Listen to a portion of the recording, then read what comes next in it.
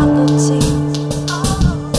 Falling prey to theories of conspiracy, built upon misconception. Hello and welcome to another exciting chapter of Dark World Conversation. I'm your host, RJ Kelsay, and this is my nice, lovely wife, Angie. Hi! And today we are going to talk about sanctuary districts, especially one of my favorite DS9 episodes that's pre-war. It is in season 3 of Star Trek DS9, which you can find on Paramount Plus, called Past Tense. In this episode, we see that sometime in the 2020s, the poor population has become so out of control that the governments have basically built up these walls, pushed the poor people in there, and just shut them and totally forgot about them in what they call sanctuary districts. In our episode, Captain Sisko, who is actually a commander at this point, along with Dax and Bashir, transport to the year 2024, which by the way is this next year. Not all listeners may be Trekkies, so you may have to explain who some people are. And that DS9 stands for Deep Space Nine. Yes, one of my favorite series has been Star Trek. It has been a long-running series. DS9, or Deep Space Nine, is the third spin-off on that series that takes place, instead of in a spaceship, it takes place on a space station. However, it does have a spaceship. And what happens is they get transported, which means their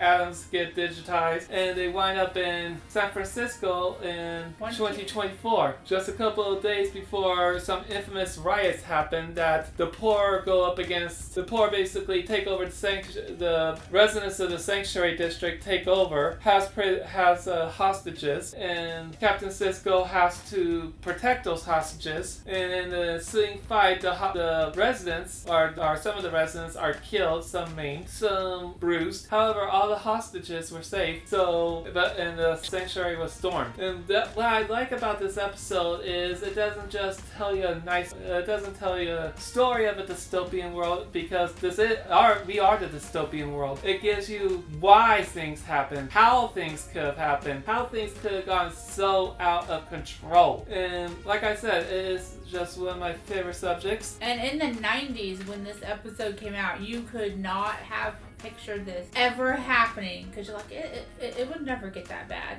And to picture these sanctuary districts, imagine a concentration camp, only without like the Nazi experiments and all that, just where they're hurting all these people, and basically regardless of their gender, their race, whatever, they're shoving anybody who does not have a job in these sanctuary districts and just keeping them there. They've blocked off, it's not like a camp, they blocked off sections of the city and walled around it and shoved all of these people in here to forget about them. These are not criminals. In fact, they can't be in there if they are. Even though we do find that some criminals probably are in there. So this is just people who can't find employment, or it's taking them too long. They're literally shoved in here. And it maybe in the beginning, because it is called a sanctuary district, maybe in the beginning when they thought of this stuff, because we're in Portland, so we can see this happening really easy, because you've got people that are coming here homeless, because here they weren't originally chased off. You could put up their tents. They even made a tent city. In several places. That has very recently been done away with, and we do have a camping ban. But something like this, you would think it would start if you've got a huge unemployment problem and you've got people in the streets. You can actually see how this would pop up originally to help people. It is called the sanctuary district, so I could easily see someone suggesting that here, and it would be a safe haven, no criminals. You stay there and you get help while you get back on your feet. But then the scary thing is that eventually it turns into this, where they're just forgotten about, kept there. They can't go out and look for anything. It's horrifying. It is not just adults. They're sticking children in here too. Yeah, so they basically are looking for jobs. They say they want to have jobs. It's just supposedly the jobs are not available. However, you can see a contrast between the haves and the have-nots, because in a couple of scenes we see a person named Jazia Dax, who is from the 24th century, in this nice high-rise building, talking to people, lights all over the place, and she's looking for her friends who's in the sanctuary districts. And you can see the sanctuary districts, they're gross, they're gaudy, they're overpacked, and the guards don't even care about the citizens anymore. They become desensitized. Yes, they're basically I wouldn't even call them second-class citizens. I would say they follow more George Orwell's 1984 non-people. Cisco gives a great description of what exactly it is. We can play that clip for you right now. Yes. One of those mistakes. A bad one. By the early 2020s, there was a place like this in every major city in the United States. Why are these people in here? Are they criminals? No, people with criminal records weren't allowed in the sanctuary districts. Then what do they do to deserve this? No. Just people. Without jobs or places to live. So they get put in here? Welcome to the 21st century, Doctor. Exactly, and he hit the nail right on the head. These are just ordinary people who have been down on their luck. They couldn't pay their taxes, or I don't know exactly what happened to these people. All we know is that they can't find jobs, they got laid off, and then things just go from bad to worse, and they're just put into these sanctuary districts. Well, if the sanctuary districts helped them, it wouldn't be an issue. But clearly, even if it started out that way, that is not how it is. It's kind when Bashir and Cisco get there. It is kind of hard for the sanctuary district, for the people who work in the sanctuary districts to help 10,000 people plus. I mean, that's just asking too much, especially when their budgets get cut all the time. The next clip we're gonna let you hear is Cisco and Bashir were trying to find a place to sleep. They get to this building and a person says there's no room, and Bashir says that's like the 6th place or 7th place, and they just can't have no rooms on all of them. So I'm gonna play this clip for you. We go to, it's the same story. They can't all be full. Don't be so sure. One of the main complaints against the sanctuary districts was overcrowding. It got to the point where they didn't care how many people were in here. They just wanted to keep them out of sight. And once they were out of sight, what then? I mean, look at this man. There's no need for him to live like that. With the right medication, he could lead a full and normal life. Maybe in our time. Not just in our time. There are any number of effective treatments for schizophrenia, even in this day and age. They could cure that man now, today, if they gave a damn. It's not that they don't give a damn. They've just given up.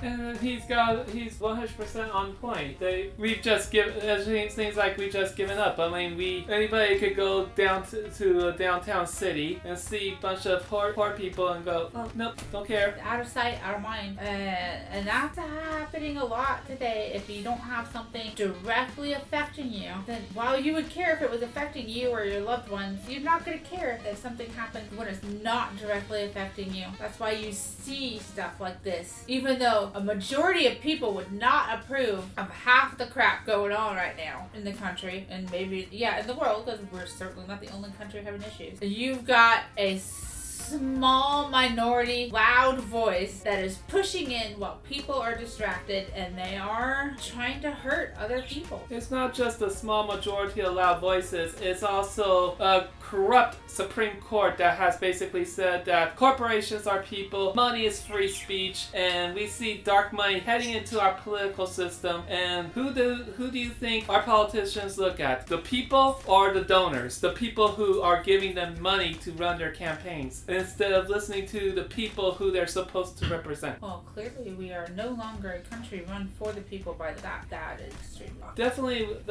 when you see the words we the people, it should not be we Walmart, we Buy-Mart, we Winco. It should be we the people. Or we Amazon. It's also not just grocery stores, because those are the first things that came to my mind. It's also we Amazon, we Google, we anybody who has enough money to fly ships up into space and haven't blown to Kim Kong. And not have to pay taxes, because, they can afford to pay taxes, so of course they don't have to. As a matter of fact, we have laws right now that allow people who actually could pay a lot more in taxes to skate. Completely, scot-free. And if you don't believe me, take a look. I mean, the Trump tax cuts were definitely built for the rich, by the rich, for the rich, and only the rich. And don't let anybody fool you. Both parties are for that. Exactly. Like I said, We our representatives For corporations. are basically looking at corporations only. The people, they could care they could care less. Which is why they will make all sorts of promises to get you to vote for them, because that's where we matter, because we do have more numbers. But if you're thinking they're going to represent you and vote laws in your favor, only if it benefits the people who pay them, and we are not the ones who pay them the most, despite our taxes giving them. Well, let's not forget, student loans is a major problem, but who, buys our politicians? Student loan companies. And so, of course, they're not going to go against student loan companies, so we shouldn't have to pay for other people's student loans, even though we paid millions of dollars in PPP loans to people who are supposed to be our representatives, like Marjorie Taylor Greene, like Matt Gates, like Lauren Boebert. But they had a lot more in loans than most people's student loans. Well, definitely. And like I said, they got theirs forgiven. And then they bitch about student loans getting slashed by $20,000. $20,000! While they got theirs forgiven for billions. Yeah, if they're gonna, skip over the whole loan forgiveness thing. Don't get me wrong, I don't have student loans anymore, but it still makes me mad. But if they're gonna skip over it, I expect those people who had their PPP loans forgiven to pay them, since they're so for it. So they should say, oh, well, I know it's forgiven, but let me pay it back. Exactly, and I 100% agree with that. It's like during the debt ceiling, Biden could have possibly even said, tell you what, here's my negotiation. I will look for ways to unforgive PPP loans, and they can pay it back. You can take that to your masters. I guarantee you that ceiling will have been finished in 5 seconds flat, because it affects them. It didn't affect us, but it will affect them as well. And so, like I said, you want anything changed, you gotta find a way to have them affect them. I always said this, one way or another, we would get rid of the electoral college if by some way a Democrat got the electoral vote but a Republican got the majority. 5 seconds, electoral college gone. Election reform satisfied. So now I'm gonna play you another clip, and this person who admits that she did let a felon. She's a normal person who felt bad for somebody, and she did the right thing in the beginning of her career, and then she too became desensitized. Okay, and she makes a very valid point, so please listen to her. That stands very true right now. Try not to let it get the best of me. It's not your fault that things are the way they are. Everybody tells themselves that. And nothing ever changes. So as you can see, this is my past tense, which is actually this episode. It's a 2-part episode. Watch both parts. It's very good, very acted, totally scary because more scary now than it was in the 1990s. Yes, as my wife mentioned, we could see this actually play out. Actually, I have seen this play out before. Tents were all over the place. They actually did segregate a spot for all tents in downtown Chinatown. In Portland, Oregon, in case you're wondering. And we could actually see this now because we see large segments of tents all over the place. I could totally see this happening now. And since they've banned all tents, they could use something like this to enforce it. Definitely, they could take that abandoned Kmart and, just put that in there. And the thing is, if you do it as a sanctuary and you're actually helping people, that could be a good idea. I think where this particular episode in that at this point, since it takes place in 2024, we'd have to call it an alternate timeline from us.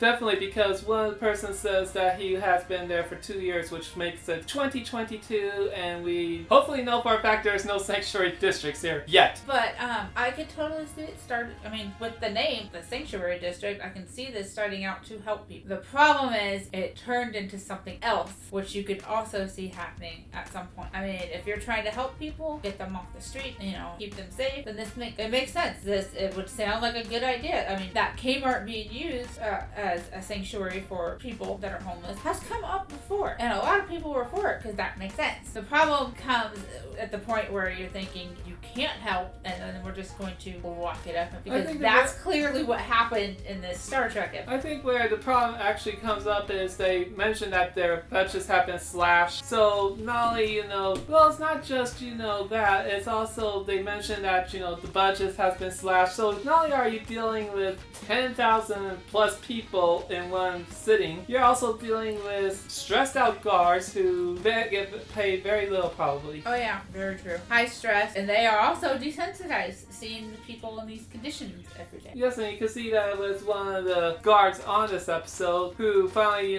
sees what's been happening, and Cisco says something like, do me one more favor, and he says, name it, and he says, tell people what happened here, and he says, I would have done that anyways. So, like I said, this is one of my favorite episodes of Deep Space Nine, possibly of all Star Trek. I know there are several other great episodes of Star Trek, not just Deep Space Nine, that deals with social issues. After all, that's why Gene Roddenberry created Star Trek, was to deal with social issues, to make us feel uncomfortable, to take us out of our comfort zone. Because just like the guards, if you're just walking past people and you're going, and you just go, yeah, stick your nose up on it, you're getting desensitized. This is a growing issue, and unfortunately, our politicians don't seem to give a crap about it. And our smartphones make it very easy for us to get distracted with other things because we don't want to hear it. Because I am like that. I'm sad to say that I do not like the news. I hate watching the news because it makes me angry and depressed when I see bad stuff happening to people. And I'm probably not the only one. No,